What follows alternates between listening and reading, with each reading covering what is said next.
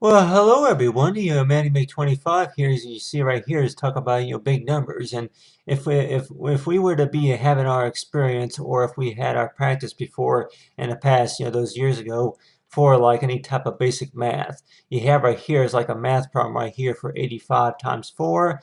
And I'm sure we have if anybody has ever worked at a bank, or if it's anywhere such as to where that they were to test you on any type of math problems, and it could be working maybe at the cash registers or something like that. But you see right here is like for 85 times 4, and that right here I did not use no calculators or nothing like that. I am not a math teacher either, so just thinking necessarily to where I'm like yeah, to where you right or wrong answer. And a lot of the map testings, of course, I'm sure most of us can remember those years to where that they would be testing you on a few math problems.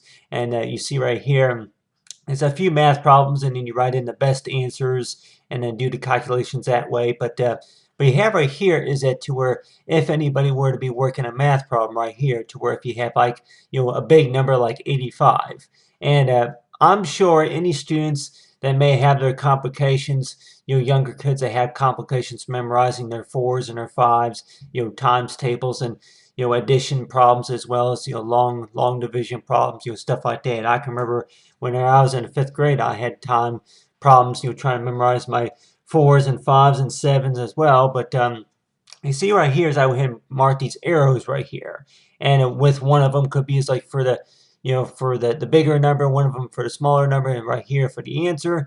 And I'm like, yeah, I can remember a few kids would probably think that I'm like, nice if you just, instead of having to sit down and do your homework, as to where you can just like your job was just to turn it in. You just want to go ahead and have a copy machine that would be able to write the answers down for you and then just turn it in.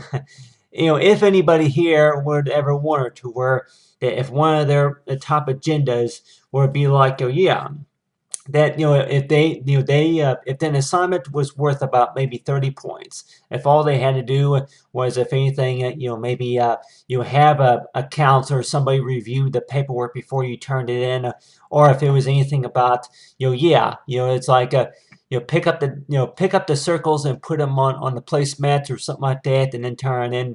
But you have right here is like a mathematical type problem right here for big numbers. And I'm sure anybody that more likely says to where that they had their rough times with trying to memorize their times table as it is. But let's just say that if a kid were to think about, yeah, you want to go ahead and aim for the best goal, to where you want to go ahead and go to a big number. You want to go ahead and solve a puzzle and work for the big numbers, such as 85 times 4, or anybody more likely say, yeah, well, shouldn't the 85 be down below? So if you have right here is like for 85, to be moved down here, like if there's like a mathematical type problem like that, to where that I'm like, really, I'm like, if we were to turn these numbers right here around, and like one to where if we were to turn them over and be like, well, how about that? 4 times 85. I'm like, wait a minute, there's something wrong here. I'm like, just 4 alone. I'm like, 4 alone. I'm like, that's, we all know that, 4 and then, 85 would likely be, those would be, one number would be smaller, one would be bigger. Which one do we think that more likely would be on the top or the bottom? So thinking about, you have right here these groups right here. And with these groups, it could be like, say, a source of long division, something like that. But you see right here is that with if we were to be doing our divisions, where it's, some math teachers have told me that, I'm like, yeah, for like division would be easier than multiplication. It's basically to where that, that whichever number that more likely is to equals to the remainder. It's like if you were to have it to where that there's a certain math problem like 4 times 8, or something like that, that you would actually look at how many times that number goes into the certain number. But I'm sure if most of us can maybe look at a times table, a multiplication table, that they can maybe say that yeah, they're able to count and know their numbers best that way, compared to maybe looking at something like this. But let's just say right here is to where I would hit, do these like these circle dots right here, to where you have right here is a group of these. And let's just say that it looks like there's about, 13 of them. Let's see here, 3, 6, 7, 8, 9. That's something, something like that. About 9 of these right here. You have about 9 right there, and then you have about 6 right here. So if we actually do the counting, the math multiplications, and thinking about, yeah, about, how old were you whenever you first learned how to, multiply your numbers.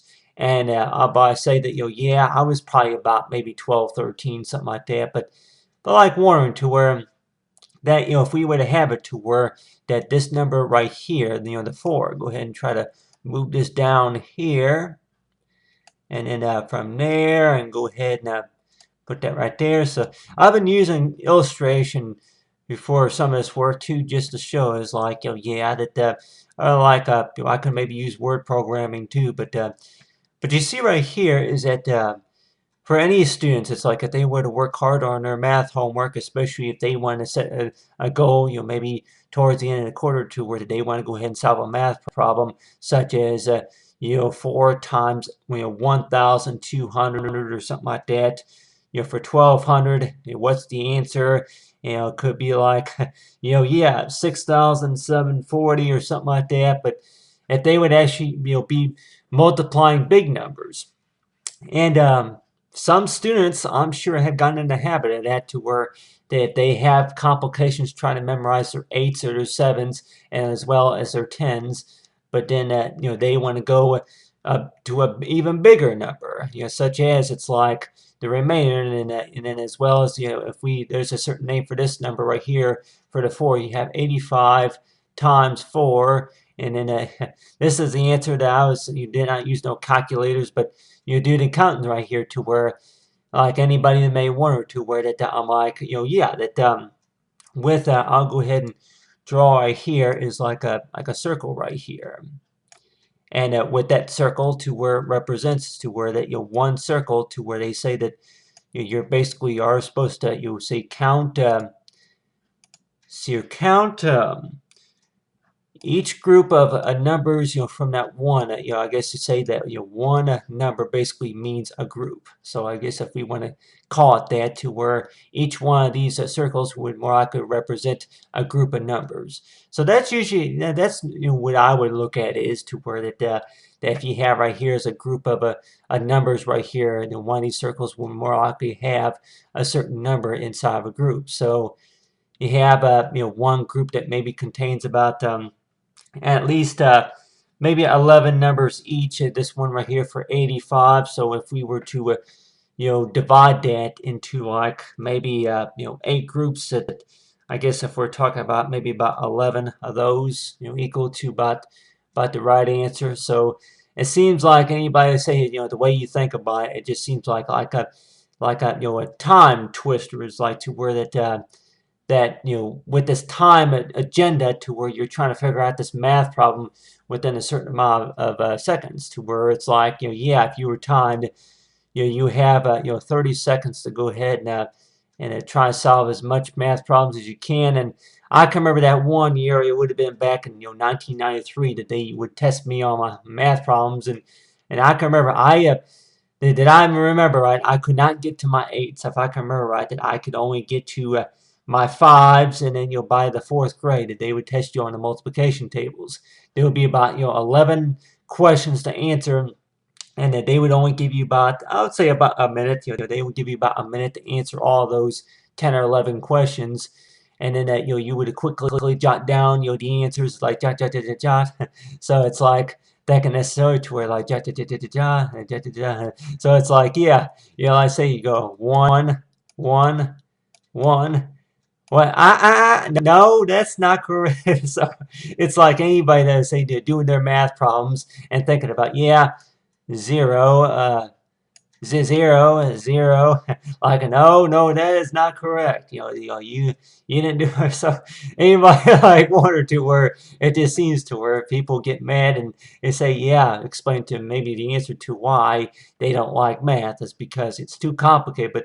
But let's just say if we were to make like a fun activity about it, just think about, really, I'm like, could math may more likely be fun, to where just to kind of understand about how it works, and then understanding about the counting, and thinking that for like the way that it was taught as well. But anyway, but talk about big numbers. And I say thanks for watching. I say math skills.